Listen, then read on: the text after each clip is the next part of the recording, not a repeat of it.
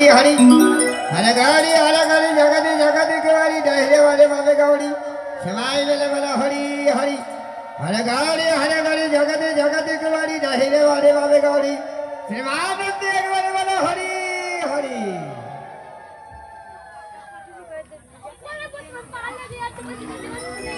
बाबा जीवन बिया तुम्हारे हलो हमारे काम हलो ना তাই তো দেখতে দেখতে বেহুলার বিয়ে সুসম্পন্ন হয়েছে। এগুলো নিয়ে যাও।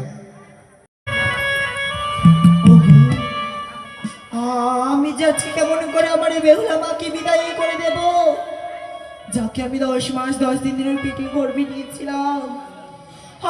আজকে যে সবাইকে ছেড়ে যাবে ওই চম্পলানো করে আমি কেমন করে বিদায় করে দেব? কেন অবুঝাচ্ছ?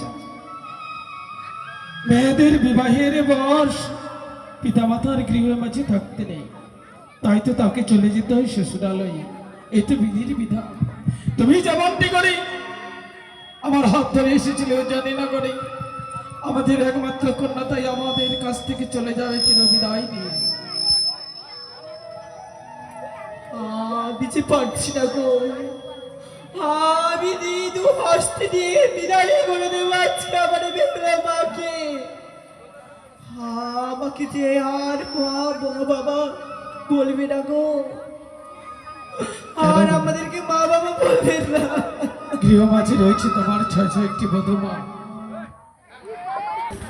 বলো মেনকা, আমরা সত্যি বিদায় করে দেবো আমার বেহুলা মাকে। হ্যাঁ মেনকা, আমি সত্যি বিদায় করে দেব। জগতের সংসারের আমাদেরকে যে বিদায় করে দিতে হবে, তার স্বামীর ঘরে যাবে আমার বেহুলা মা। তাই তো দেখতে দেখতে শুভ দিনে শুভ লগ্নে আমার শুভ বিবাহ যেন সম্পন্ন হয়েছে। তবে আজ শুভ দিনের বেলায় দেখি যেন মা বাবারই নয়নে জল। মা বাবা, বেহুলা কি হয়েছে? অঝরে নয়নে তোমরা নয়নে বাড়ি বরিশালি করছো কেন? কেন নয়ন বাড়ি পরিশ্রম করছি জানো মা? কেন বাবা? আনন্দে বিভোর হই, তাই তো নয়ন বাড়ি পরিশ্রম হচ্ছে রে মা। তাই তো একটি অসত্য কথা আমাকে বলতেই হবে। কি কথা? জানো মা, তোমার সীমান্তে সিঁদুরে উঠেছে, তাই আমাদের সাবধানে তোমায় আমরা আর ধরে রাখি। তাই তো আমাদের মায়া মহা বড়ি দেখ করে এই উজানি বড়ি দেখ করে তোমায় চলে যেতে আমি চম্পলা করি। না! এই না বাবা, না! এ কি বলছো তুমি? আমি তোমাদের ছেড়ে কোথায় যাব? কোথাও যাব না বাবা, আমি কোথাও যাব না। কেন তুমি বুঝতে চাইছো? তিলে তিলে তোমায় আমরা ছোট থেকে বড় করেছি, এবার বিবাহ হয়ে গেলেই তাই তো অপরের হস্তে আমরা তুলে দেব। সারাটি জীবন তোমায় সেখানেই কাটাতে হবে, এই তো বিধির বিধান। না বাবা, না! আমি পারবো না, আমি পারবো না তোমাদের ছাড়া থাকতে। আমি পারবো না মা, আমি পারবো না। বিধানে কেউ খণ্ডাতে পারবে না, কেউ খণ্ডাতে পারবে না রে, কেউ খণ্ডাতে পারবে না। দুঃখ করিস নে রে। নারী জাতির এমনই নীতি রয়েছে,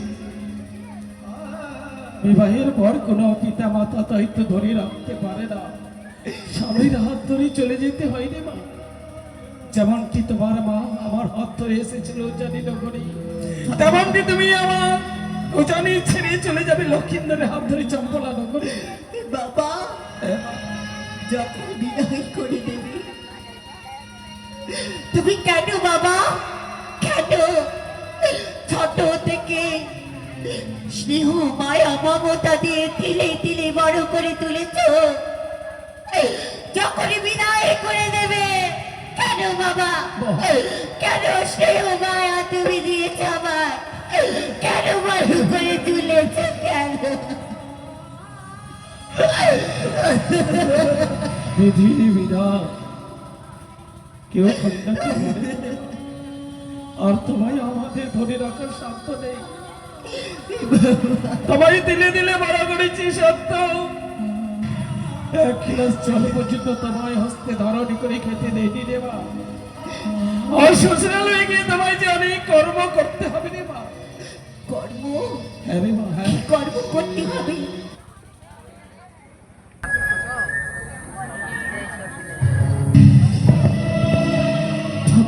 মা, তোমরা আমায় বলে দাও, শ্বশুরালয়ে গিয়ে এমনি কি আমায় কর্ম করতে হবে?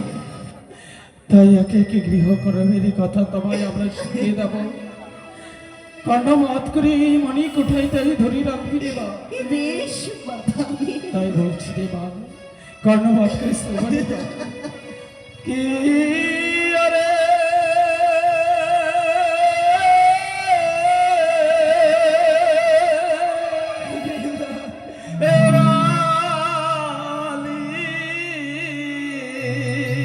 মা বানি আরে কোলেতে যা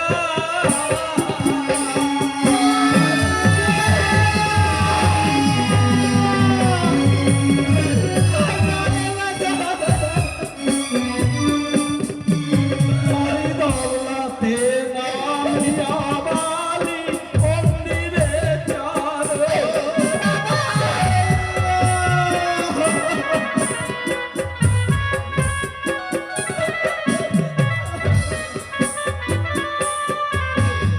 শ্বশুর শাশুড়ি হয় আলি তোমার ঘর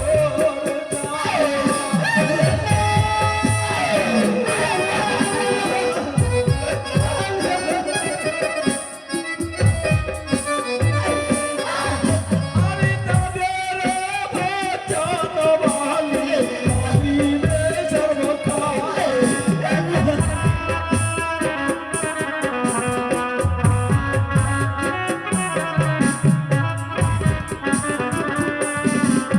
হরি স্বামী ব্রহ্মা স্বামী বিষ্ণু স্বামী মহেশ্বর।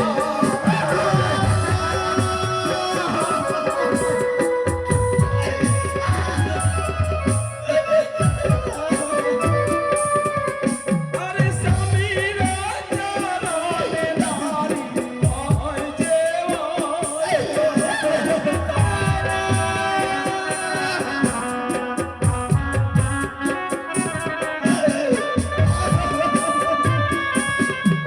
আরে সকাল বেলায় ঝড় ছাটি সন্ধ্যায় দিয়ে বাতি।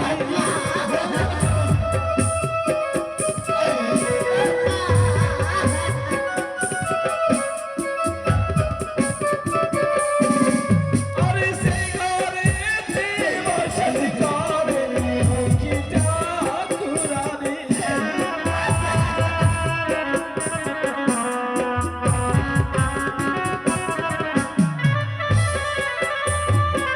জানিস রে মা, সকালে বেলায় ছোট ছাটি সন্ধ্যায় দিবে বাতি, সেই ঘরেতে বসতি করে লক্ষ্মী ঠাকুরানী রে মা। তাই যে যে কর্মগুলি তোমায় করতে বললাম, অক্ষরে অক্ষরে সেই কর্মগুলি করে যাবে। বেশ বাবা, তোমাদের এই গৃহকর্মের কথা আমি আমার এই শাড়ির অঞ্চলে বেঁধে নিলাম বাবা। তাই জন্য তবে এই বিদায়ের বেলা তোমরাই আমার একটি অনুরোধে রেখো বাবা। বলো মা, কি অনুরোধ রাখতে হবে আমাদের? ওগো আন্টি আমার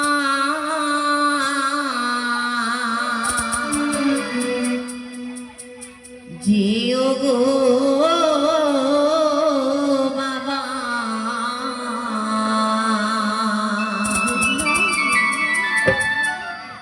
আন্টি আমার যে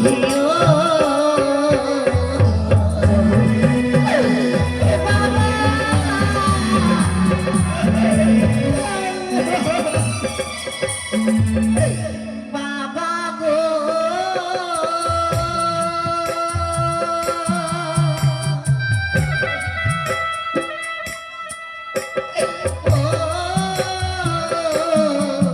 ও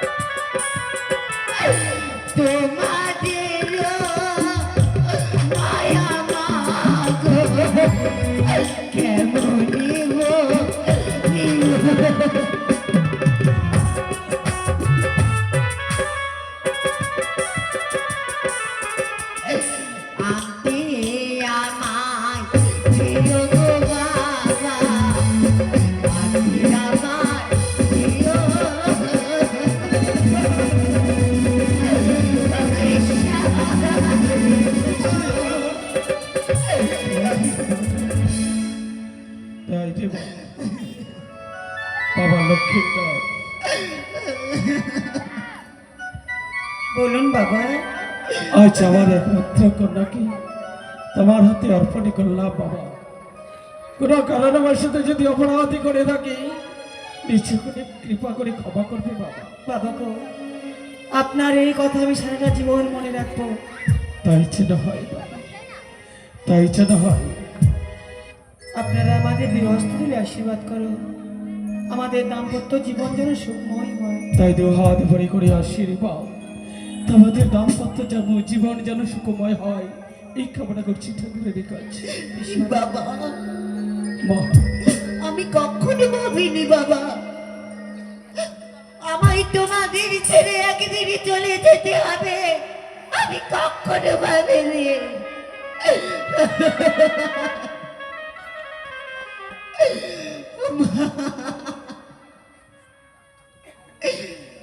বাবা তোমায় ছেড়ে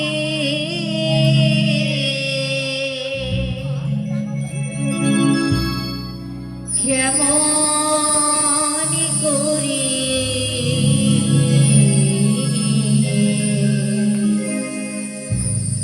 যাব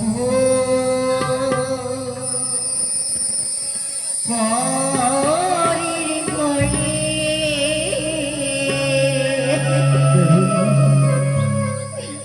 বাবা তোমায় ছেড়ে কেমন করে যাব পরের ঘরে।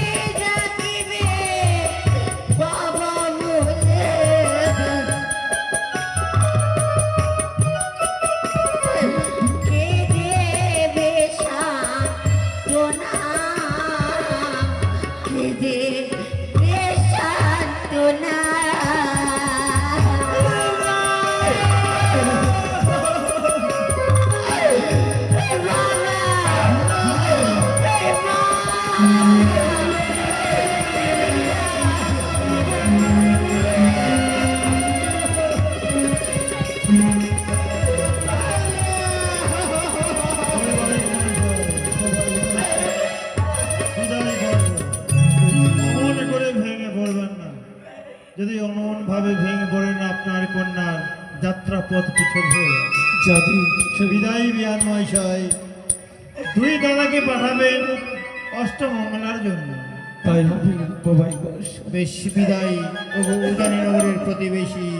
বিদায় নিয়ে আমি পুত্রবধূ নিয়ে চললাম আমার চম্পকনগরে।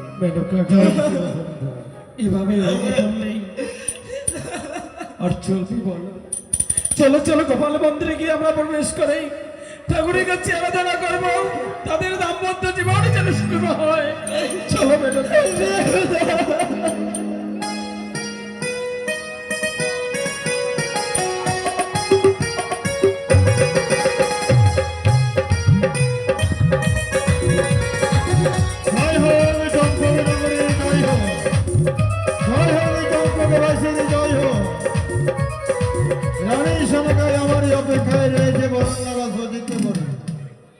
চম্পকনগরে রাজগিরি আমি গেলাম, এবারে যাবো আমি কোথায়? ওই সাঁওতালি ভূমির আসর ঘরে। একমাত্র পুত্রবধূকে রেখে যাব সাঁওতালি ভুতরে। সারাটি নিশি আমি জাগ্রত ভাবে চম্পকনগরে চতুর্দিকে আমি ঘুরে ঘুরে দেখব। বাবা, লখাই, আমি একটি কথা বলবো। হ্যাঁ বল দেখি। আপনি যে সময় আমাকে বিদায় করে নিয়ে হ্যাঁ গেছিলেন, বিদায় করে নিয়ে গেছিলাম। এই পথ দিয়ে তো নিয়ে যাননি। লখাই, সে পদ নয়, চম্পকনগরের পথ ছেড়ে আমরা সাঁওতালি ভুতরের দিকে ছুটে যাচ্ছি। বাবা, হ্যাঁ হ্যাঁ হ্যাঁ। সাঁওতালি ভুতরে কেন বাবা? এই লখাই, সাঁওতালি ভুতরে লৌহ বাসর তৈরি করেছে একমাত্র একটি নিশি, শুধু একটি নিশি তোমরা থাকবে বলে। বাবা, হ্যাঁ, লখাই, এমন কি অন্যায় ছিল আমার এই মানবী জীবনে লখাই, যে সারাটা রাত প্রাসাদ পড়ে থাকতে আমাকে সাঁওতালি ভ্রমতে নিশি যাপন করতে হবে? ও লখাই, হ্যাঁ বলো। কোনো অন্যায় নয়, কোনো অপরাধ নয়। আজ নিশি ভয়ঙ্কর নিশি, তাই বড্ড প্রাণে ভয় হয়। তাই রক্ষা করার জন্য সাঁওতালি ভুতরে লৌহ বাসর তৈরি করেছে, এইমাত্র, আর কিছু নয়। বাবা, বল লখাই। আমি তো কোনোদিন আপনার কথা অমান্য করিনি, হ্যাঁ হ্যাঁ, আর আজকেও অমান্য করবো না। বেশ, তবে আমাকে একটা কথা দিতে হবে। বল লখাই। শুধুমাত্র আপনার কথা পালন করতে আমি বাসরে প্রবেশ করবো। যদি কোনো বাধা বিঘ্ন ছুটে আসে, হ্যাঁ হ্যাঁ, আমি আপনাকে উচ্চস্বরে বাবা বাবা বলে ডাক দেবো। লখাই, হ্যাঁ বাবা। এই বাসরে যদি কোনো অসুবিধা হয়, একটিবারে বাবা বাবা বলে চিৎকার করবে। আমি যে কোনো প্রান্তে থাকি না কেন, ছুটে আসবো রুদ্ধ বেড়ে, এসে রক্ষা করবে তোর পিতা। তাই জন্য হয় বাবা। মারি, ও বাবা, বলুন বাবা। জানিস কি মা, তোমার তো সবই জানা আছে। একটি নিশির জন্য শুধু থাকতে হবে সাঁওতালি ভুতরে মারি। চম্পকের একমাত্র প্রদীপে আমার, এছাড়াই আমার কিছু নেই মা। তাই বলি মা, একটি নিশির জন্যই আমার পুত্র তোমার হস্তে আমি রেখে গেলাম। বড্ড ভয়ঙ্কর নিশি তো মা। বাবা, পুত্র যদি ঘুমিয়ে যায়, তুমি জাগ্রত হয়ে থাকবে। বেশ। তুমি যদি ঘুমিয়ে যাও, পুত্র আমার জাগ্রত হয়ে থাকবে সাঁওতালি ভুতরে। শুধু তোমরা নয়, হাজার হাজার প্রহরীগণ থাকবে এই বাসরে চতুর্দিকে, তার সাথে আমিও থাকবো না। তাই হবে বাবা। মারি, তবে বল মা। আজকের দিনে হ্যাঁ, হ্যাঁ, আপনি আমাদের আশীর্বাদ করুন। বেশ মা, আশীর্বাদ করুন বাবা। দুই হস্ত বাড়িয়ে করি আশীর্বাদ। দাম্পত্য জীবন তোমাদের যেন সুখময়। তাই যেন হয় বাবা। বৌমা, বলুন বাবা। আমি নিজ নয়নে দর্শন করতে চাই বাসর ঘুরে তোমরা প্রবেশ করেছো। বেশ, একবার দরজাখানে বন্ধ করে তাই দাও। হবে বাবা। এসো গো।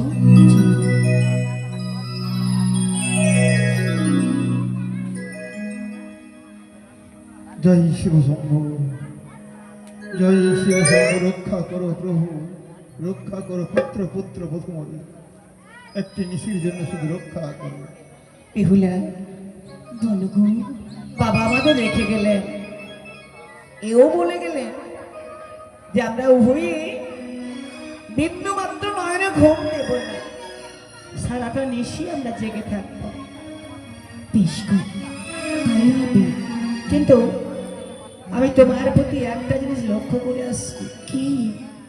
যখন থেকে এই বাসরে ঘরে আমরা প্রবেশ করেছি, তুমি যেন চতুর্দিকে এমনই কিছু তাকিয়ে অনুভব করছো। সত্যি গো, বাসুরে প্রবেশ করে আমার মনে হয় না বাসুরে প্রবেশ করেছি। তবে আমার মনে বলে কোনো পুষ্প বাগানে না হয় স্বর্গে আমরা প্রবেশ করেছি। ওগো আমার প্রিয়, এই বাসর ঘর এসে তোমার এমনই মনে হচ্ছে যে কোনো পুষ্প বাগান না হয় কোনো স্বর্গে। সত্য গো। বাহ, আমি ভেবেছিলাম যে বাসর ঘরটা তোমার পছন্দ হয়েছে কিনা। না গো, বড়ই সুন্দর। তবে জানো গো, হ্যাঁ বলো। যতবারই যেন বাসুরের দিকে তাকায়, ততই আমার মনে বড্ড প্রশ্ন জেগে ওঠে। তুমি যদি আমায় উভয় দান করো, তবে আমি তোমায় বলতে চাইব, দেখো, তুমি আমার অর্ধাঙ্গিনী, তুমি আমার জীবনের সঙ্গী। এই মধুময় রাত্রিতে তোমাকে উভয় দান দেবো না তো দেবো কাকে?